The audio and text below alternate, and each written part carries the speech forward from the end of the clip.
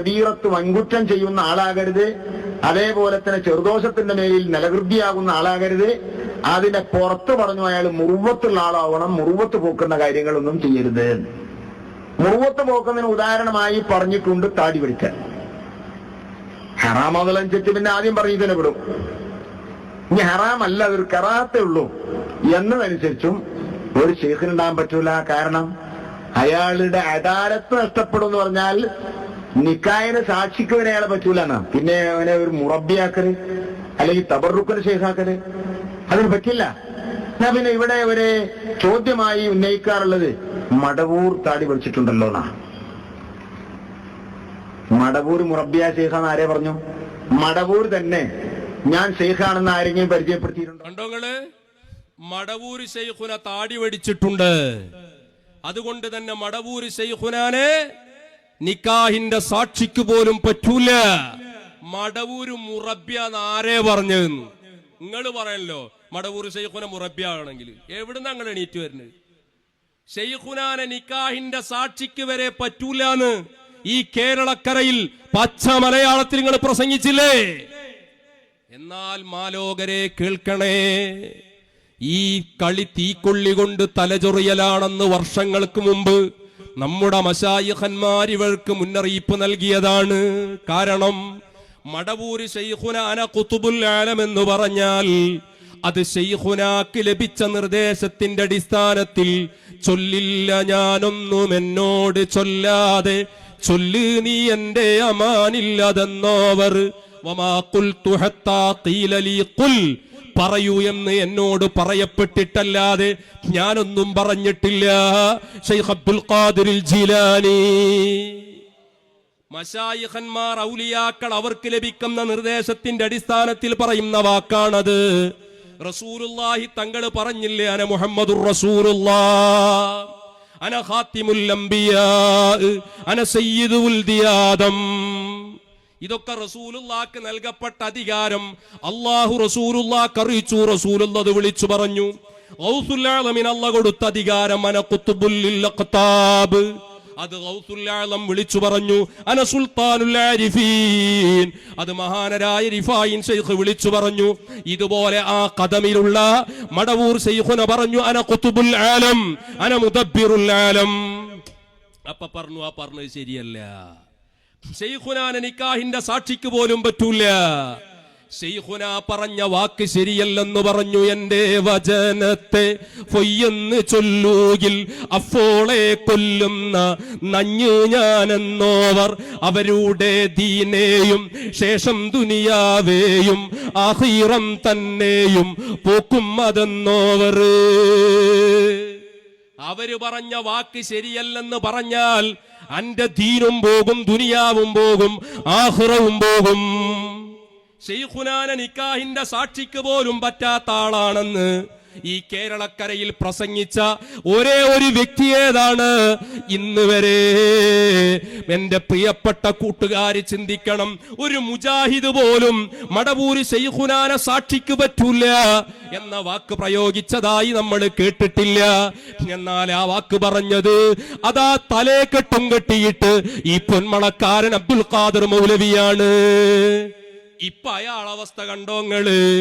എന്റെ വചനത്തെ പൊയ്യെന്ന് ചൊല്ലൂകിൽ അപ്പോളെ കൊല്ലുന്ന നഞ്ഞ് ഞാനെന്നോവർ, അവരുടെ ദീനേയും ശേഷം ദുനിയാവേയും ആഖിറം തന്നെയും പോക്കും അതെന്നോവര്. കണ്ടില്ലേ അയാളിപ്പോ? അയാളെ ഒരു നിക്കാഹിന്റെ സാക്ഷിക്ക് പറ്റാത്ത അവസ്ഥയിലെ അയാളായില്ലേ? ഞാൻ പറയുന്നതല്ല, അയാളെ കൊണ്ട് തന്നെ പറയിപ്പിക്കാം. വെച്ചുകൊടുക്കും, ശബ്ദം കൂട്ടിക്കോട്ടെ.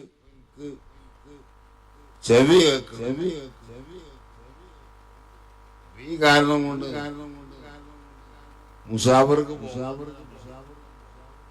കാരണം പറഞ്ഞിങ്ങനെ കേൾക്കുന്ന കുത്തക്കാന്നല്ലാണ്ട് എത്ര പറഞ്ഞ ഞാൻ കേൾക്കണ്ട.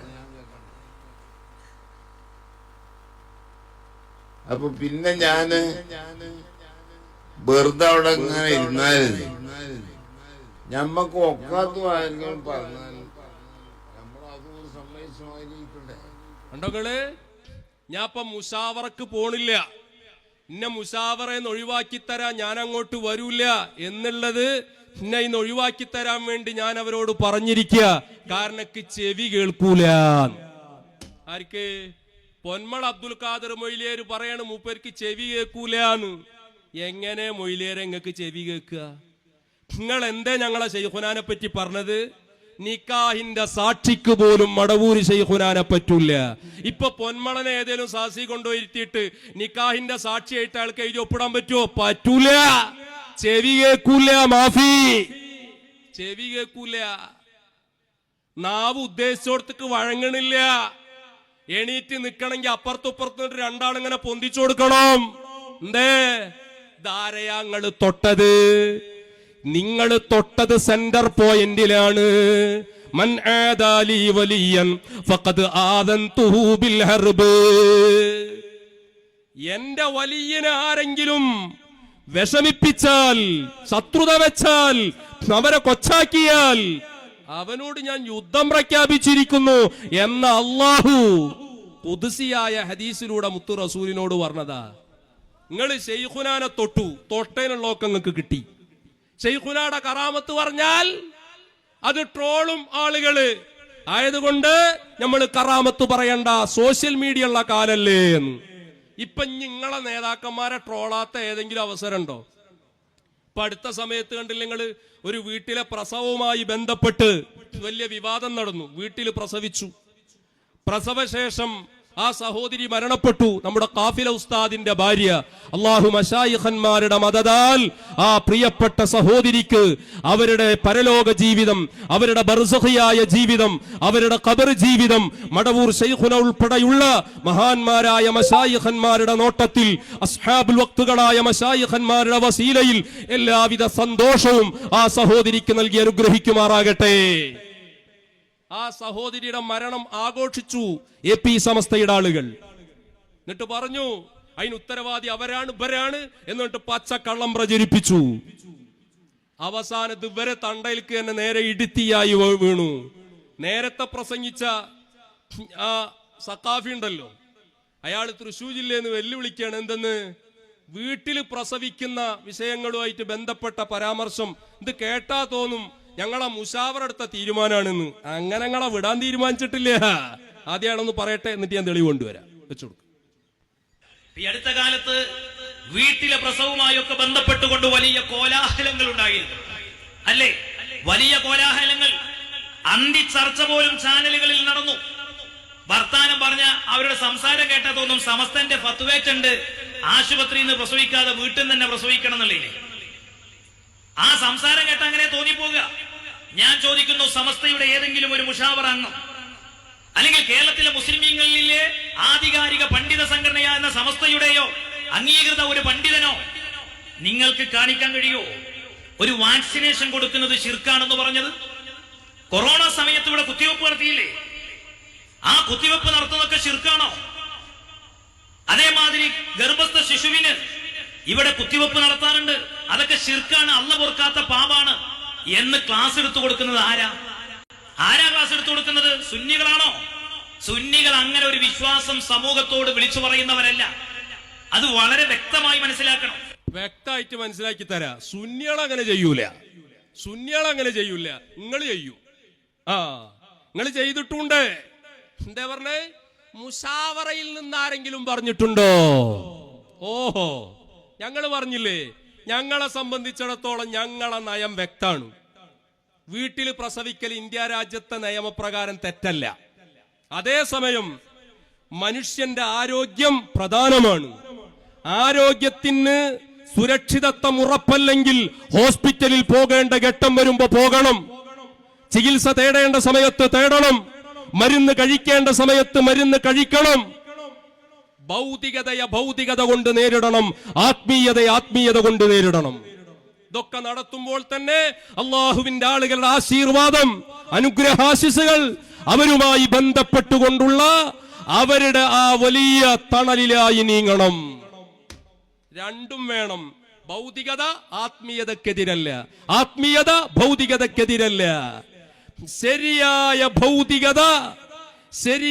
ഭൗതികതയെ ഭൗതികത കൊണ്ട് നേരിടുക, ആത്മീയത കൊണ്ട് നേരിടുക. അതാണ് ശരിയായ ആത്മീയത. ഇതാ ഞങ്ങളുടെ നയം. ഞങ്ങൾ പറഞ്ഞ എന്താണെന്നറിയോ? മുഷാവറ ആരെങ്കിലും പറഞ്ഞിട്ടുണ്ടോ? വീട്ടിൽ പ്രസവിക്കാൻ പ്രേരണ നൽകിയിട്ടുണ്ടോ? വാക്സിനേഷൻ കൊടുക്കണേന് പ്രശ്നമുണ്ടോ? തുള്ളിമരുന്ന് കൊടുക്കണേന് കുഴപ്പമുണ്ടോന്നാ? ഇതേതായാലും മമ്പാടല്ലേ, ഇതിന്റെ അടുത്തല്ലേ നിലമ്പൂര്. നമ്മളെ കൂറ്റൻ പാരണ്ടല്ലോ, മൂപ്പരെ തന്നെ കൊണ്ടുപോവാ. ഇവിടുത്തെ ആളെന്നെ ആയിക്കോട്ടെ, വെച്ചുകൊടുക്ക്. എന്റെ പെണ്ണുങ്ങൾ 6 പ്രസവിച്ചു, 3 ആൺകുട്ടികളും 3 പെൺകുട്ടികളും. സുഖമായിട്ട് പ്രസവം നടക്കണം. പ്രസവം കഴിഞ്ഞാൽ ഞാൻ ബാങ്ക് കൊടുക്കാൻ അവിടെ ഉണ്ടെങ്കിൽ പോകാന്നല്ലാതെ ഇവൾക്ക് ഗർഭമാണോ എന്ന് ഞാൻ ബേജാറായിട്ട് നടക്കലില്ല.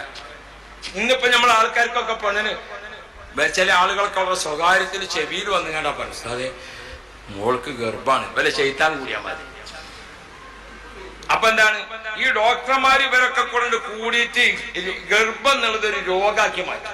എന്നിട്ട് ഗർഭത്തിന്റെ ലക്ഷണം കാണുമ്പോഴത്തിന് ഒരു പരിശോധന, പിറ്റത്തെ മാസം പിന്നെ പരിശോധന, പിന്നെ പരിശോധന, പിന്നെ പരിശോധന, പിന്നെ പരിശോധനയോട് പരിശോധന. അവസാനം പിന്നത്തെ പരിശോധന ഏതാന്ന് വെച്ചാൽ ഓരൊക്കെ കൈവെട്ടുകാനും മെഡിക്കൽ കോളേജിക്കാ പിന്നെ പോരാ അല്ലേ? അല്ലാഹു റബ്ബി. പ്രസവിച്ചാലും അങ്ങനെ തന്നെ. ആദ്യത്തെ ദിവസത്തെ മരുന്ന്, പിന്നെ ദിവസത്തെ മരുന്ന്, പിന്നെ ദിവസത്തെ മരുന്ന്. യാ അല്ലാഹ്. ഞാൻ എന്റെ കുട്ടിനെ ഡോക്ടറെ കാണിക്കാൻ വേണ്ടി പോയപ്പോ ഡോക്ടർ വെച്ച് തുള്ളി മരുന്നൊക്കെ കൊടുത്തിട്ട് ഇതൊന്നും തുള്ളിയൊന്നും അല്ല, ക്ലാസ്സിൽ തന്നെയാണ് കൊടുക്കലാണ് പറഞ്ഞത്. അതെത്താ തുള്ളി, അവനാന്റെ കുട്ടികളല്ലേ ഇങ്ങനെ കണക്കാക്കി കൊടുക്കാൻ ഞാൻ കൊടുക്കലാണ്. അല്ലാഹു റബ്ബി. അപ്പൊ ഡോക്ടർക്ക് കഥ മനസ്സിലായി. മൂപ്പര് ഇന്നെ ഇരുത്തിങ്ങാണ്ട് കുറെ വേളൊക്കെ പറഞ്ഞു. ഞാൻ അങ്ങോട്ടും പറഞ്ഞു ഏതായാലും നല്ല കാലത്തിന് മൂപ്പരെ കുട്ടിനി എന്റെ കുട്ടിനി ഒരു സ്കൂളിൽ തന്നെ ചേർത്തത്. 5ാം ക്ലാസ്സിൽ കുട്ടികൾ പഠിക്കുന്ന സമയത്ത് ഗ്രൗണ്ടിൽ ഓട്ട മത്സരം ഉണ്ടായി. ആ ഓട്ട മത്സരത്തിൽ ഓടിയിട്ട് ഇന്റെ കുട്ടി ഫസ്റ്റായി. തുള്ളി മരുന്നൊക്കെയാണ് ബാക്കിലാണ് ഇങ്ങനെ വരുന്നത്. അപ്പൊ ഞാൻ ഡോക്ടർക്ക് കാണിച്ചു കൊടുത്തു, ആ വരുന്ന തുള്ളി മരുന്ന്.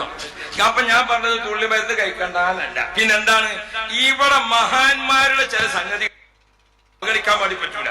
എത്ര കുടുംബത്തിലെ അംഗങ്ങൾ സുബ്ഹാനല്ലാഹ്. നമ്മളെ മർക്കസിലെ മുദരിസുണ്ട് ചിയൂർ അഹമ്മദ് മുസ്ലിയാർ, അദ്ദേഹത്തിന്റെ അഞ്ചനുണ്ട് അബ്ദുറഹ്മാൻ മുസ്ലിയാർ, ഞങ്ങൾ തുടങ്ങിയിട്ട് പോലെ എല്ലാവരും പെണ്ണുങ്ങളും 10ഉം 12ഉം 15ഉം ഒക്കെ പ്രസവം ഒക്കെ വീട്ടിൽ നിന്നാ പ്രസവിക്കണം.